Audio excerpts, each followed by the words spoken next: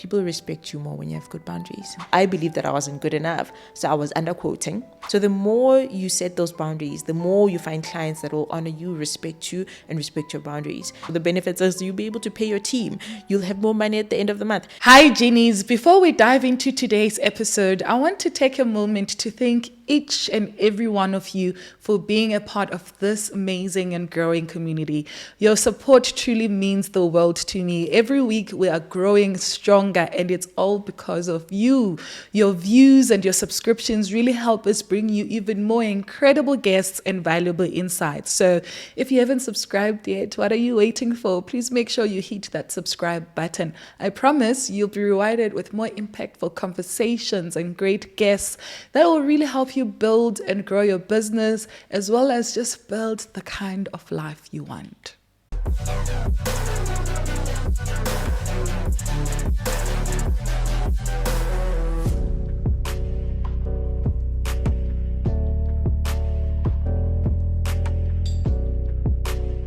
Welcome to another episode of Access Genie, the podcast that opens doors to success in the world of entrepreneurship. Today, I'm joined by Yvette Rachikopa, also known as Yvette Aloe. She is an award-winning speaker, an international life and leadership coach, a wellness educator, and the author of 2 self-help books and healing books. One of them is called Living Consciously, and the other that was just released in April this year is called Coming Home to Yourself. Thank you so much, Yvette, for joining us. I appreciate you being here today. Thank you for having me, Angela. Really happy to have this conversation with you. Yeah, that's great. You know, I follow you on social media and watch a lot of your videos that you post on social media and especially YouTube. And the conversations that you're having are really, really impactful, teaching us that we need to care about ourselves, about where we come from, and how the kinds of life we lead impact others and even impact ourselves. And studies have shown that our formative years as children really impact who we become as adults and how we present in the world. I know you grew up in Venda and spent a lot of time in Limpopo. How did that space and the area in particular impact and influence your formation to the kind of woman you are today? I think our upbringing, of course, naturally forms who we are, our beliefs, our values, our character. So for me, some of the things that have formed me part of like my childhood and my upbringing is really just my character. I was raised by my mother, and she is still like a very strong woman, a hardworking woman, a person that cares about others. You have to help people. And I think that's kind of what brought me into this work, There's also some other childhood experiences that I had which were more on the negative side. And I think also those shaped me, made me want to help others when I grew older. Yeah. Can you tell us about a few of those experiences that influenced you to become a person who wants to help others? I think it would be just growing up and having guardians who were also learning to love themselves, and that means that they couldn't always give me the type of love that I needed growing up. So then, which caused me to have a lot of beliefs about myself and my worth, and a lot of self-doubts, a lot of feelings of feeling not good enough. And I think in doing that, I think I always made a promise to myself, and it's so good now that I'm a mom myself as well, that I get to actually practice that out, outside of just my work.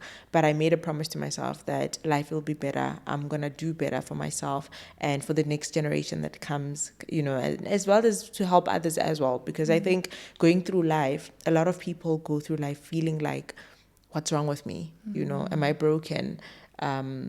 Like, why do people reject me all the time? Why do I keep having these hard experiences?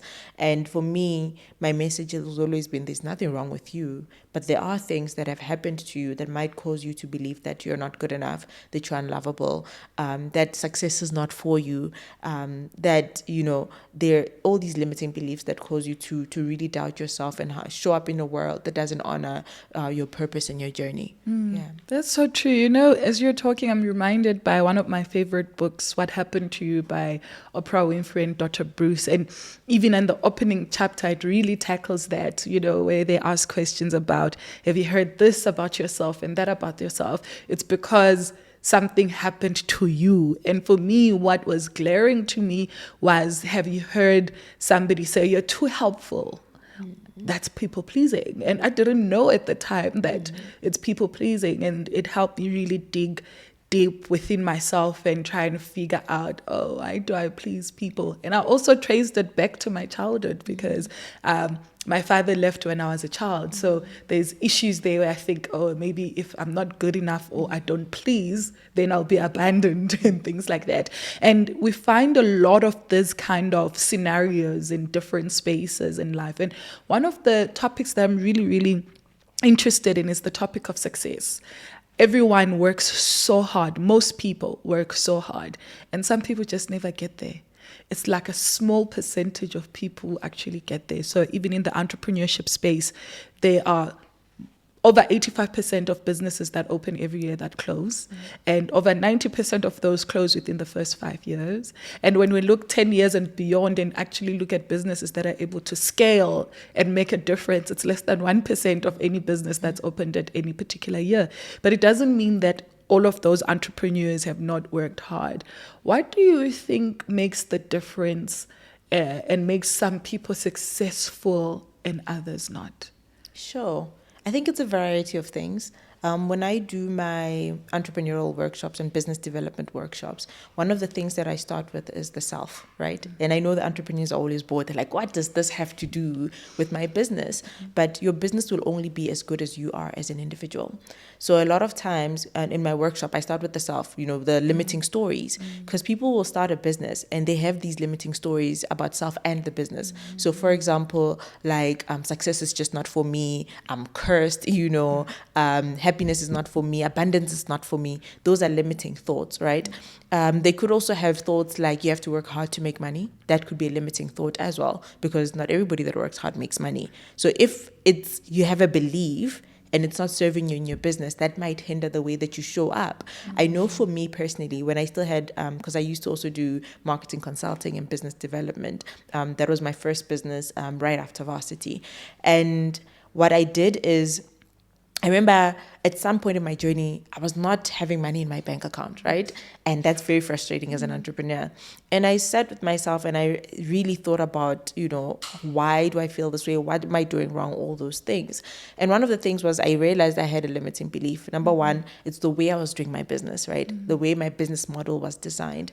The beliefs I had about myself as a business owner, right? Because whatever you believe about yourself will show up in your business as well. So I believed that I wasn't good enough. So I was underquoting. I was, not setting proper boundaries in my business environment. Because if you don't think you're good enough, you always overcompensate. And this is where entrepreneurs find themselves very depleted. You're doing a lot of work. Number one, you're underquoting, and then so you're not getting enough money. And at the end of the month, you're frustrated. So I had to unpack all of that. So I said, okay, what do I actually want? What do I believe about myself that's not working? What's not working in my business? And that's why I decided that I'm going to change how I'm going to do things. I don't want to work, 12, 24 hours, the whole hustle culture. I want to have time to rest. I want to be fulfilled in my job. And who told me that I have to work, because I remember sitting, I'm like, why have I created a 9-to-5 for myself in my own business? Something that's even more frustrating. Is there any other way I can approach my business? And yes, this doesn't mean that you don't have to put in the work, right? But you have to design a business that speaks into who you are, your values, your purpose, and the type of life you want to see for yourself. So that's where, for me, things really transformed. And that's where doors started to open. And I was like, okay, if I believe I'm not good enough, I am good enough. How do I show up in my business, right? How do I now? Then we stop underquoting, right? Then we chase up invoices. One of the principles that I do in my business is that I always need a deposit before I do any work. I don't start on your marketing plan. I don't start on even my coaching, right? I don't do any coaching unless there's money in my account, right? Because I had to go through those seasons of chasing, and which are also seasons of lessons. I don't want people to watch this or listen to this and think and be hard on themselves. Those seasons of hardship are seasons of lessons, and we take them in, but we have to ask ourselves the hard questions, right? Is this working? If it's not, why continue doing something that's not serving you? So that's when you start to unpack and ask yourself those questions. So I would say to any entrepreneur who's on this journey and they feel like they're not getting the fruits of their results, sit and ask yourself the hard questions. Why did you start your business? right? There are other things that are more on the business side. When you start a business, you have to know what you want out of it. Do you want money out of it? Do you want to sell it? Right? Do you want, they call it harvesting or selling, just as the business is doing well, right? Are you selling this so that you can, are you building this business so you can sell it to someone else? Are you building this business so it's for your legacy? What is your biggest reason for starting your business? And then, start with the what, and then why does it matter to you to have this business, right? And make sure that your business is aligned with your values. Too many entrepreneurs are doing businesses that are not in alignment with who they are, and that can be very depleting. It's easier to do the work when your business resonates with you, when it's in alignment, when you're not drifting from your values, right? So this doesn't mean that you have to be broke, because people think that when you're living in your purpose you must be broke. I also had to break away from that, and decide that I have to help myself first before I can extend that to others. So really ask yourself the hard questions, but start with your belief system. Start with why you started the business. What is your end goal with the business, right? And then create a business model, and this is where structure comes in. Create a business model that works. A lot of other entrepreneurs are also struggling because they don't ask for help, right? Entrepreneurs are people that like to do things for themselves. I know, because I'm one. I like to do things for myself, and but sometimes if you don't know, that means you might need to learn from others. And then you sit in this box suffering, but there's an Yvette somewhere, there's an Ancilla somewhere, who's been in this business longer than you are, and just ask them, hey, when you're struggling with payments, how do you go about it? Your business model, what does that look like? There are things that I'm struggling to shift and change. Go work at another person's organization who has certain parts figured out. Volunteer, shadow them, ask them questions, or just observe and learn, or listen to them and see how do they solve their problems. And then that also helps you solve problems in your business. I've said a mouthful, but listen, all important nuggets. And as you were having this discussion, I had a big thought around ego. There's a lot of people who stick with things and businesses that are not working because of ego and not being able to just let go, and this abantu bazotini type of culture that we have, and the ego to say, I'm good, it has to work. Even when you see the market is not agreeing with you, you're just forcing and wanting things to work. How do you yourself in your business balance ego and passion and goals for the business? Sure. I think ego is all about making it about self. There must be something wrong with me. I'm just not getting right, and being stuck in there, right? Because there is the ego that serves you, and there's the lower ego that doesn't serve you, and there's the higher ego that serves you. The higher ego helps you with self-belief and all of that. The lower ego is where the self-doubt and just being absorbed with yourself, overly confident and not really facing the reality for what it is, So there's that part. So I think for me, I practice detachment. I'm not the business is not me. I just function in the business. And one of the things that I really believe for me is I'm here to express my purpose, right? My purpose is being expressed through my business, but my business is not my purpose. So you have to detach to some extent and say, yes, right now as Yvette, I'm expressing myself through writing, right? Through writing and being an author. I express myself through coaching and doing leadership coaching and all of that, but that's not who I am. So if I can dissociate from that, I don't attach the failures or the wins with self. So I can dissociate and therefore face things with an honest perspective, right? And again, it's those hard conversations about what's working and what's not. So I think if you step away from the ego, you ask yourself the right questions, like, is what I'm doing really working? And for me, the other thing that really helps is just being flexible, right? Being willing to change your mind when things are not working, right? Be willing to change your mind when you have new information. Sometimes we don't know better, but once we do and we have the information and the results that say the way I'm doing business is not working. I've had those moments, like I said, it was feedback saying, hey, you're undercharging. That's why you don't have money. Hey, you need better contracts. That's why you are constantly chasing clients in order to pay you and this and that. Hey, you need to change these particular things, right? So it's really being willing to change your mind when you have new information about your business or about yourself. And those are kind of like the principles of running a business, that adaptation, right? If we don't adapt, we die. Don't adapt, right? You die, for sure. And on the other hand of ego, on the far end of it, some people are just driven by fear, in which that fear can even cripple them, that they can't even make a single decision or even start that business or follow that passion or get into that new career or go study or whatever it is, because they're just afraid. And fear can be really, really crippling. And I've experienced this myself in my journey in my businesses, where there'll be circumstances like, man, I can't do it. Like, nah. And you don't even know what you're afraid of, but you're just afraid to move and go for it. How can we overcome fear of the unknown? And I think for me, it was fear of, what if it doesn't work out and I disrupt my life? And what if? How do we overcome that fear that's crippling so that we can have that balance to propel us towards our dreams? Sure. I guess I have a few responses to that. I think it really is, number one, fear is an emotion, right? And emotions are not things we put aside. They're things we sit with. We understand where they come from, and then we process them. So if fear comes in, number one, you don't invalidate the fear, because I think we tend to think, I have to be positive all the time. The fear is there. It's normal. It's a human thing to have fear, right? Fear is what keeps us from jumping into the road and getting hit by a car. Fear is what keeps us from, running out at Kruger National Park and hanging out, with the lions. That's fear. It protects you. The problem is when the fear is not serving you. It's not protecting you in that moment. And the funny thing is, number one, the fear stems a lot from your thoughts, right? So if you have a lot of, we call them negative thoughts, right? Like you said, right? You'd have these fears. What if I fail? What if this goes wrong?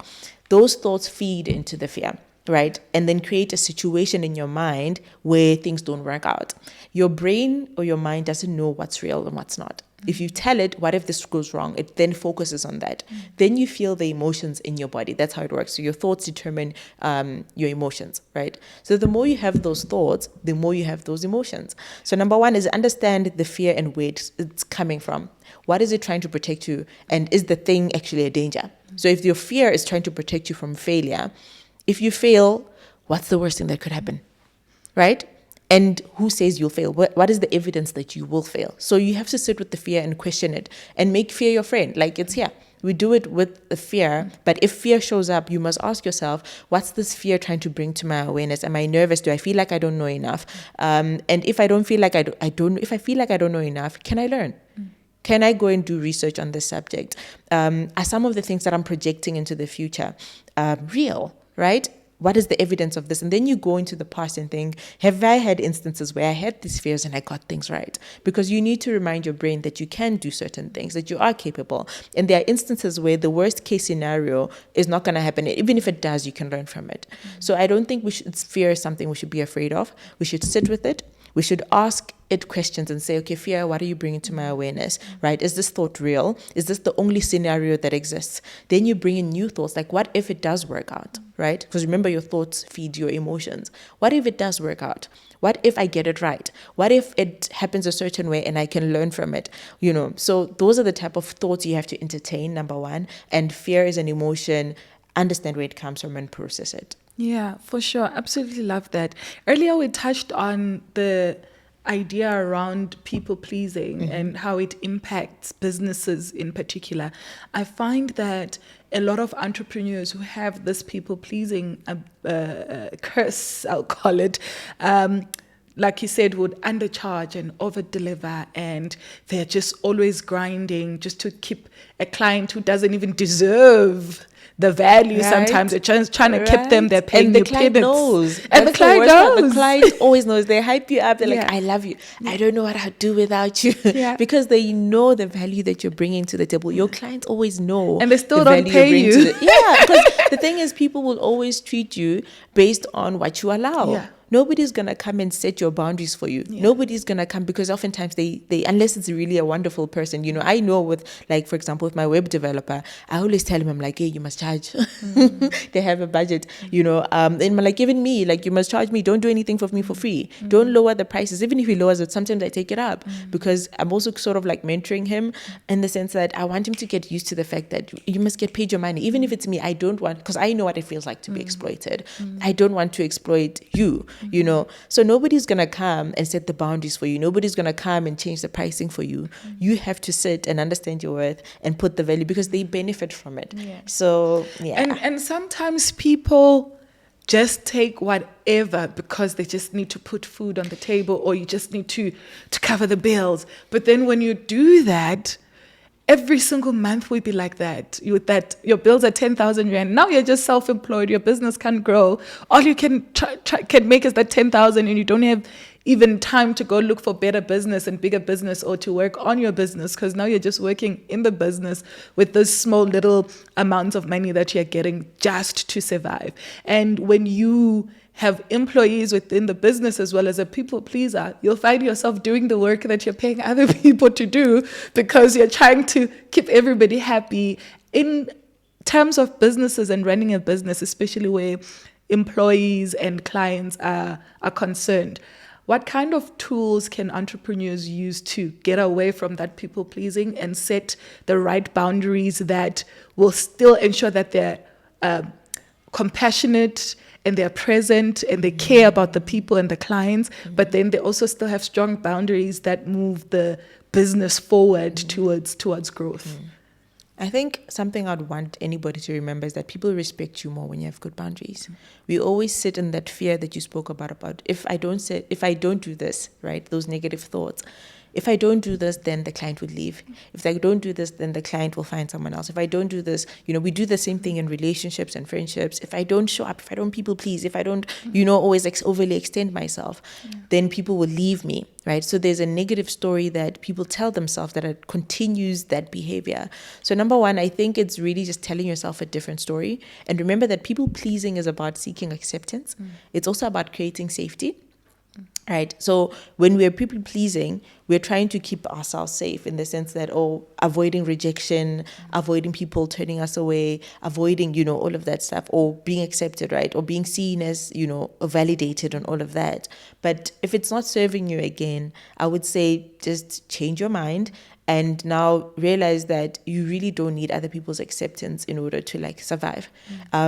Affirm that inner child if you need to. I know a lot of times my business coaching sessions and my personal coaching sessions always intertwine with business coaching, right? Because somebody will come in, and we're discussing a lot of business coaching or a lot of personal coaching stuff or leadership coaching. And we'll talk about the business aspect of it. But I'll really say affirm that inner child. Tell her. How does one affirm their inner child? You have conversations with yourself and tell yourself that I am safe. It's okay for me to set boundaries. I'm safe to set boundaries. It's safe to say no. There are people that shake their entire body. They get nervous and they even avoid clients, and this affects their business because they can't say no. They would rather not answer the phone because they're scared. I haven't completed this assignment for this client. I haven't done this, or I'm too scared to say no. I know this client is going to ask for this and that. But it's okay to say no. And just remember the benefits of what you're trying to do, right? Because most times your brain, because you're used to that pattern, you're going to repeat the worst case scenario, no, they're going to reject me. But think about the benefits. The benefits is that now, remember how not nice it is to not pay your team. So the benefits is you'll be able to pay your team. You'll have more money at the end of the month. Your clients will respect you, right? I've had this, one thing that I really encourage is when you let go of these clients that undersell you, you're making room for clients that will value you, right? And a lot of times business owners or entrepreneurs will tell themselves that, this client, in the long run, they'll pay me more. Sometimes they actually don't pay you more because they're used to that. And then instead what they'll do is when they change clients, right? Or they change the service provider, they'll even find a service provider and pay them more because that service provider knows their worth. That service provider says, this is our value and this is what we're charging for the value that you're getting. If you don't want to pay for that, we suggest you find somebody else. And those are things I've learned to do in my business, to say, you know what, if this, I even refer others, I'm like, this is, I might not be able to offer you the service, but here's somebody else that's within your budget frame. Because I really think there's enough business for all of us to thrive. I'm not going to hoard clients. I'm not going to hoard somebody that doesn't feel like, we're resonating in certain regards or we don't share the same values. But I'll say, you know what, here's a referral for you. Here's somebody else that's in the space. I'm always willing to do that. So the more you set those boundaries, the more you find clients that will honor you, respect you, and respect your boundaries. And that's something that people just have to remember to focus on the benefits, right? So that you don't focus on the worst case scenario when you're about to say no to a client or re-invoice them. I always also mentor my younger sister who's also in business, and I always say, don't be afraid to like re-invoice, say, hey, we're looking at this, we're noticing that we've undercharged for this and this, can we have a different conversation? And equip yourself with the tools to communicate, equip yourself with the tools to negotiate as well, because that also improves your confidence as a business leader. Sure, that's a lot to unpack and so informative. I'm learning as we have this conversation. And there's a tweet that you put up that was really interesting. We'll put it up also on the screen so that the people watching can read it for themselves. You said, make a habit of writing down the things that you want and want to see in your life. Write them down in detail, write them and make sure that they're specific with specific dates and see what happens. And I love that because a lot of research shows that when you write things down, they actually manifest and they come true and you actually see growth in life. And when you put that tweet out, what did you mean by see what happens? What do you think would happen, and what impact do you think writing and being so specific would have on a person's life? I think I'm talking about the magic that happens, I really believe in writing things down. I really believe in like manifestation, or just creating and willing the life you want into reality. And one of the things that I even share with my clients is like a goal setting strategy. And the first thing that I ask them when I help them set goals is, what do you want specifically, right? Because how often do you ask yourself that question? What do I want specifically? What do I want in my relationships? What do I want specifically in my business? What do I want specifically for my health, right? We often are very vague about what we want. We'll say, I just want to make more money. What's more money? That's not how is creation or life going to give you what you want if you can't even be specific about it? I just want a relationship. What does that mean? Do you want a healthy relationship, or do you just want someone to cuddle with? Be specific. So a lot of people are not specific. They are extremely vague about what they want in their businesses. What in your business it would look like or sound like. I want to make a turnover of 500,000 this year. I want to have a business that has 10 employees by this specific date.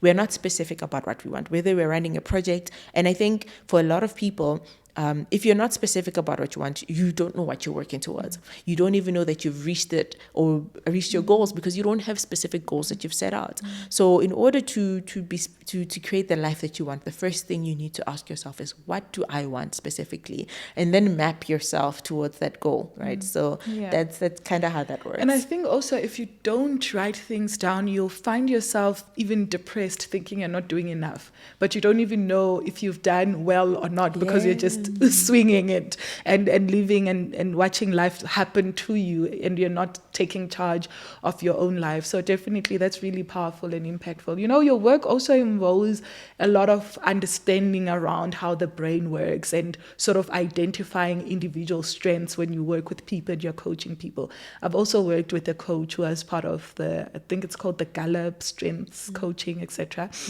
And I took some tests, and it was really, really exciting. And in this test, they were looking for my top strengths. Okay. And they're like, okay, so for example, one of my strengths is being able to concentrate a lot. So I can go hours and hours working without... I need that. I need that. I can go for hours working without taking a break, and my brain is still functional, etc. And then they say that when you focus on your strengths, especially within running a business, you're then able to grow and scale your business more because you're focusing on strengths. But one thing I would like our viewers and listeners to really understand from this conversation is, what does that look like? Because maybe your strengths don't match qualities of an entrepreneur, somebody who needs to run a business. So how do you balance your strengths and your weaknesses to being able to run a profitable business? Sure. I would say I always encourage people that are like really good in some things and not good in others to hire people that like aren't exactly like them. Hire people that are actually different from you. You know, so if you struggle with being organized and you don't like admin work, hire people that are really good with that. That's one way in which you can like balance out your strengths. But I would say, just in terms of running your own business and focusing on your strengths, I'd really say that it's all about self-awareness. You know, it really is all about self-awareness and knowing what you're really good at and showing up in that capacity, and then also understanding like what you're not good at, and working on those skills, but then creating systems and processes that will allow to compensate for like the way you lack, in a sense. So I'm not sure if I'm answering your question. So maybe to better off there, maybe give us a quick short masterclass on how to identify your personal strengths. Okay, I think it would be two things. Look at what people say you're good at and look at what you know you're good at, right? So you can make a list of like, okay, what do other people always say I'm good at? What do other people tend to compliment me on? I think one of the things that people have always told me is like, before I became a public speaker and writer and all of those things, is that you speak so well, right? Or you write so well, or, you know, you're so good at public speaking. So I know that, you know, I'm good at sales, I'm good at convincing people, I'm good at all of those things. So just practicing a lot of self-awareness and asking yourself, like, what am I really good at? What do I thrive? What are some things I can celebrate about myself? What are some things I'm noticing that, you know, I really do with ease in my business? And then making a note and writing those things down. And then, of course, to find out the opposite, then you'd ask yourself, you know, adverse questions like, what am I not good at? Where do I struggle the most? Where do people often say I need to improve? And also asking the people around you as well, because people around you do know you. You know, where do you think I need to improve as an entrepreneur or as a leader in this business? Your team is aware a lot of times. They could say you could communicate better, you know, conflict resolution, you know, you could do this a little bit better. So I think asking yourself the questions. Yeah. And, you know, it's often said that doing your best today, even when you're at your worst, prepares you for a tomorrow that is actually the best, right? So you do your best even when things are dark and things are tough. How would you advise people who are now aware that they've got self-work that needs to happen for them to be able to thrive, to go about doing that self-work? Because it's not easy. I say so because recently I had a friend of mine who's going through a couple of challenges and, you know, suicidal and et cetera, because of challenges. And when we have this kind of conversations, we can pinpoint where the problems are, but it's just difficult for him to start. They even know it. They've written it for over 2 years. They've been writing all of those things down, but just getting started and being able to find themselves in that journey of healing and self-improvement is just something that doesn't seem to happen. How does one actually do it? Sure.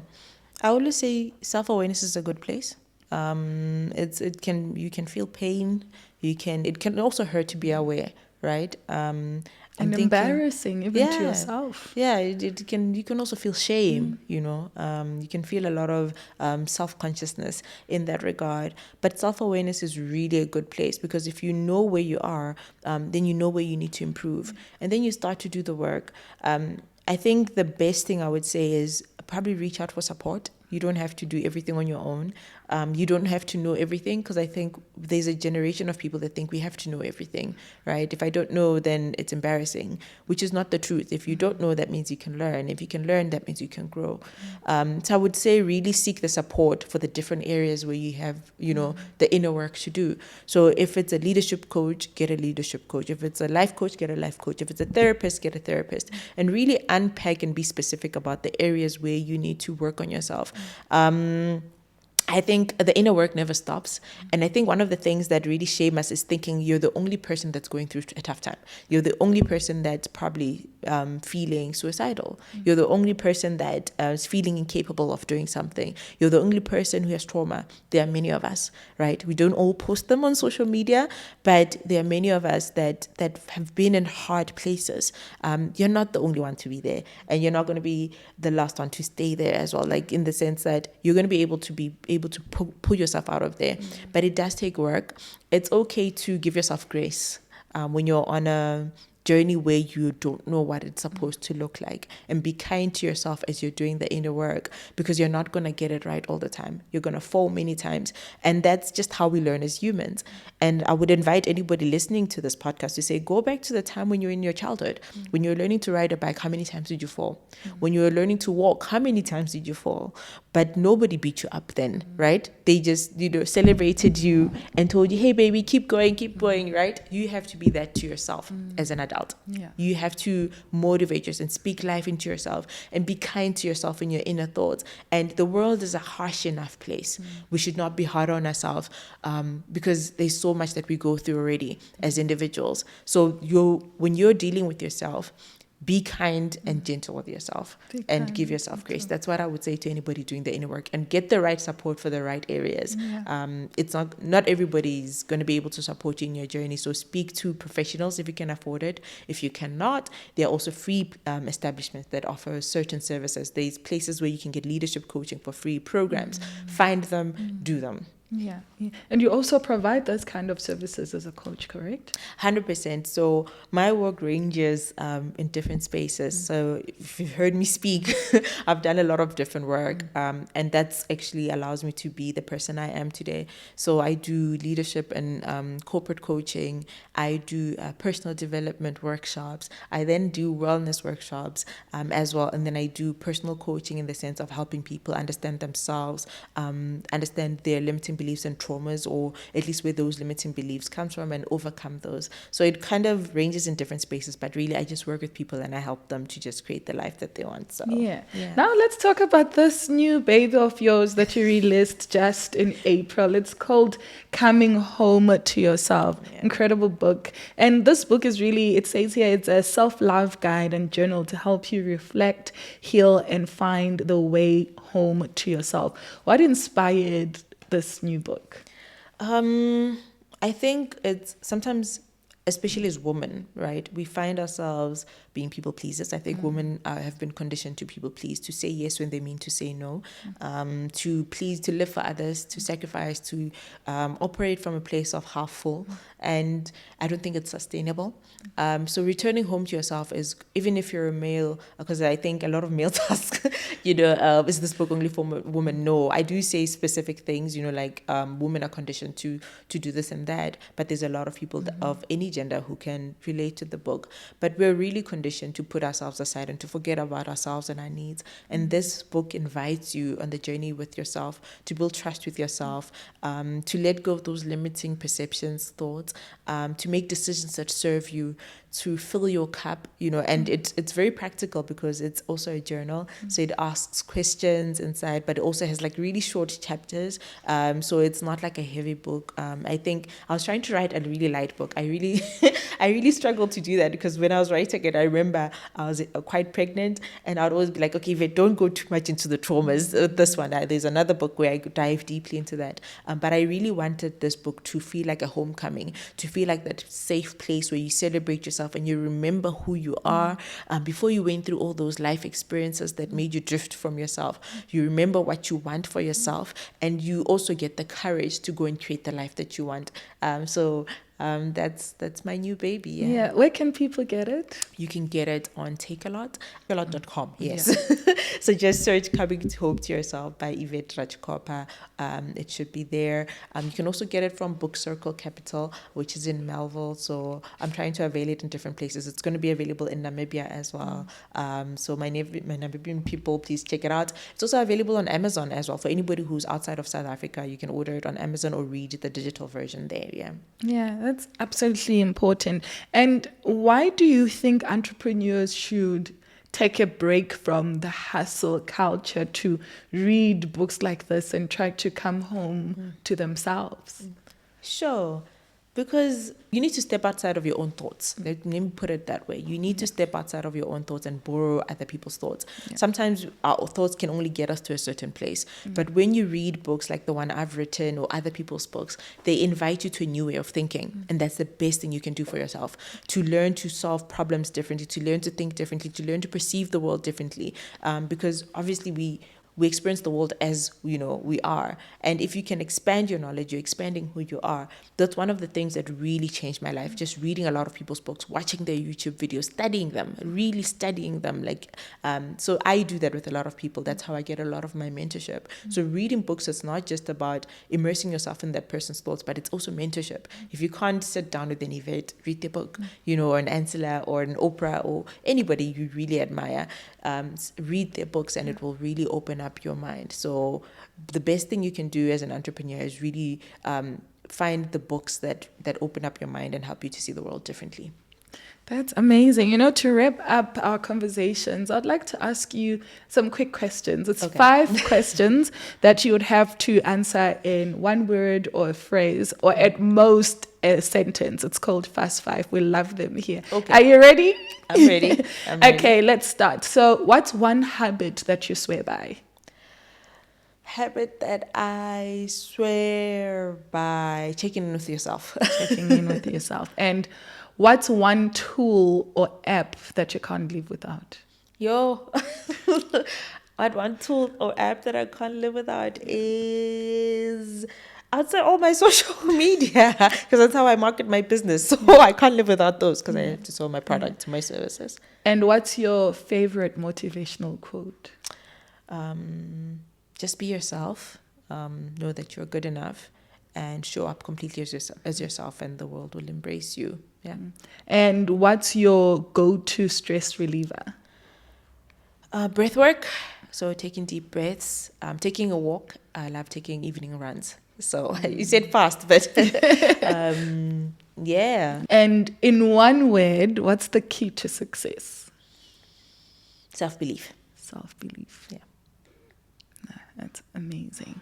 Thank you so very much, Yvette. I think this conversation has been really incredible, and there's so much to talk about. I hope we can have you back on the podcast again so we can dive more into more conversations like this. Thank you so much for being here. Thank you so much for having me. This was lovely. Yay. And that's a wrap for this episode of Access Genie. A huge shout out to our amazing studio partner, photographers Gallo, right here in Sharon Lee in Randburg. So whether you're a fellow podcaster, an aspiring photographer, or you just need a top-notch studio space, they've got you covered. Come and check them out. All of their information is right here on the screen. And if you don't have Yvette's book yet, please go grab it. Take a lot. Amazon, you can reach out to her on social media. She's Yvette Aloe on social media platforms. The book is called Coming Home to Yourself. I hope by the end of this year, you're able to say, I am home.